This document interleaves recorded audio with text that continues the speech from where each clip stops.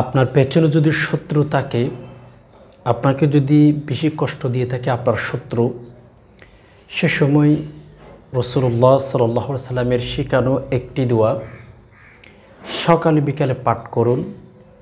ইনশাআল্লাহ পৃথিবীর কোনো শত্রু আপনার ক্ষতি করতে পারবে না। আল্লাহ পাক রব্বুল আলামিন স্বয়ং নিজেই কিন্তু যথেষ্ট হয়ে যাবে আপনার শত্রুকে ধ্বংস করার জন্যে।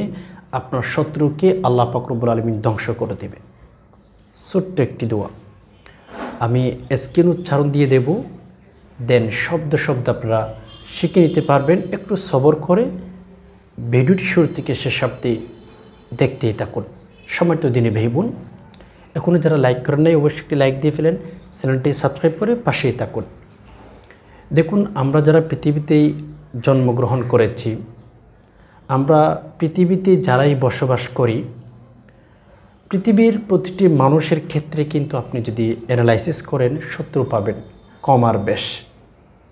আপনি একটু ভালো খাবেন, আপনি একটু ভালো সাজবেন, আপনার ছেলেমেয়েরা ভালো একটা চাকরি করবে, এটা সমাজ সহজে মেনে নিবে না।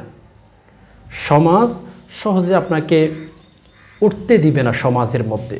আপনি ভালো করে খাবেন অ্যান্ড ভালো করে চলবেন, এটা সমাজ আপনাকে সহজে গ্রহণ করে নিবে না।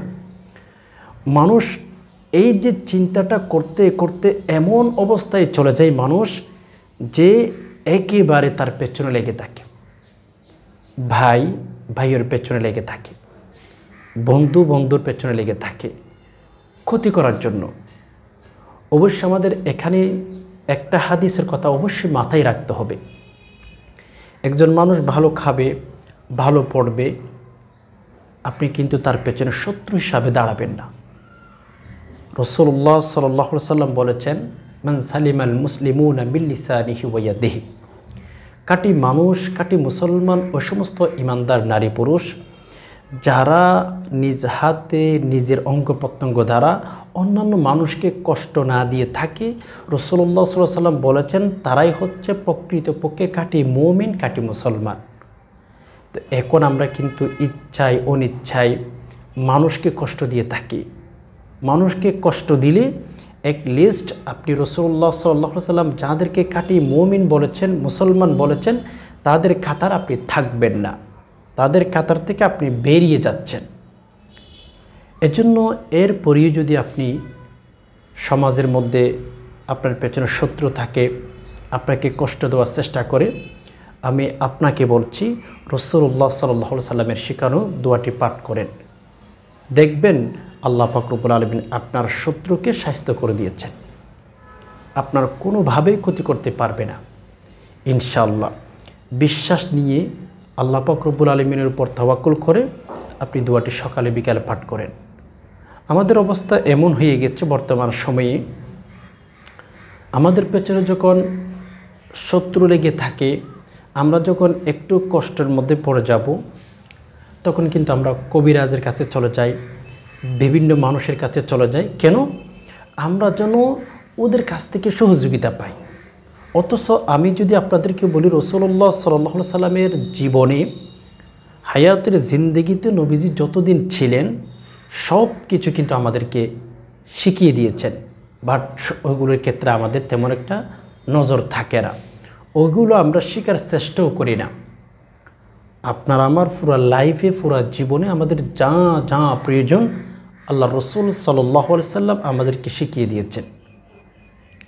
এজন্য আপনার পেছনে যদি শত্রু থাকে, আপনাকে যদি ক্ষতি করার চেষ্টা করে, তখন আমি আপনাকে বলবো নবী আলাইহিস সালাতু ওয়াস সালামের শেখানো দোয়াগুলো আমল করেন কন্টিনিউ, ইনশাআল্লাহ আপনার ক্ষতি করতে পারবে না। শত্রুর শরীরে আগুন লেগে যাবে। আপনার যদি জবান ঠিক থাকে, আপনার যদি যেগুলো খেয়েছেন সেগুলো যদি হালাল খাবার খেয়ে থাকেন, আপনি যদি মানুষের গীবত না করে থাকেন, মানুষকে কষ্ট না দিয়ে থাকেন, তাহলে আমল করতে দেরি হবে। আল্লাহ পাক রব্বুল আলামিন আপনাকে ফলাফল দিতে কখনো দেরি করবেন না। সো এজন্য যখন আপনার পেছনে কোনো মানুষ শত্রু হিসাবে কাজ করবে, আপনাকে ক্ষতি করার চেষ্টা করবে, তখন সাথে সাথে আপনি রাসূলুল্লাহ সাল্লাল্লাহু আলাইহি সাল্লামের শেখানো দোয়াটি পাঠ করবেন। ঠকবেন না, অনেক অনেক বেশি জিতবেন ইনশাআল্লাহ।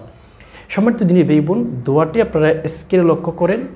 দোয়াটি পাঠ করার আগে অবশ্যই আপনি কোনো যদি গুনাহের সাথে জড়িত থাকেন, মানুষের হালাল টাকাগুলো আপনি মেরে খেয়েছেন, ওইরকম যদি হয়ে থাকে, তাহলে আপনার দোয়া, আপনার আমল কোনো কিছু আল্লাহ তাআলার কাছে গ্রহণযোগ্য হবে না, আল্লাহ তাআলা কবুল করবেন না। সো এজন্য আমি আপনাদেরকে বলবো, আপনি আগে হারাম থেকে দূরে সরে আসবেন, এরপর যে কোনো আমল করবেন, আল্লাহ তাআলা আপনাকে ভালো একটা বেনিফিট দান করবেন ইনশাআল্লাহ। সমস্ত দিনে বেইবুন সকালে 7 বার, বিকালে 7 বার, অথবা সকালে 5 বার, বিকালে 5 বার আপনি পাঠ করতে পারেন, আল্লাহ পাক রব্বুল আলামিনের উপর পরিপূর্ণ ভরসা রেখে।